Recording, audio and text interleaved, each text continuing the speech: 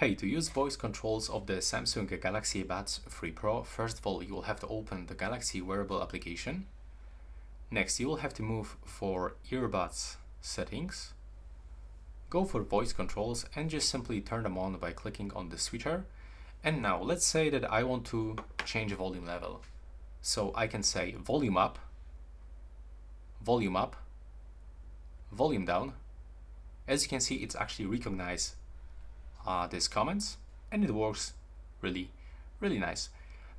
If you actually open some streaming services like YouTube Music, Spotify, Tidal, you can even use these voice commands to play music, stop music, turn a next song or previous song. If you want to, if you don't have the streaming services in your background applications, you will be not able to activate it. So if you want to say play music and now you think that this earbuds are going to automatically turn the Spotify and select music, no, that's not how it works.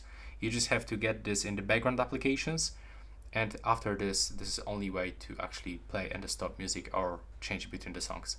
So that's all for this video. Right now, please subscribe.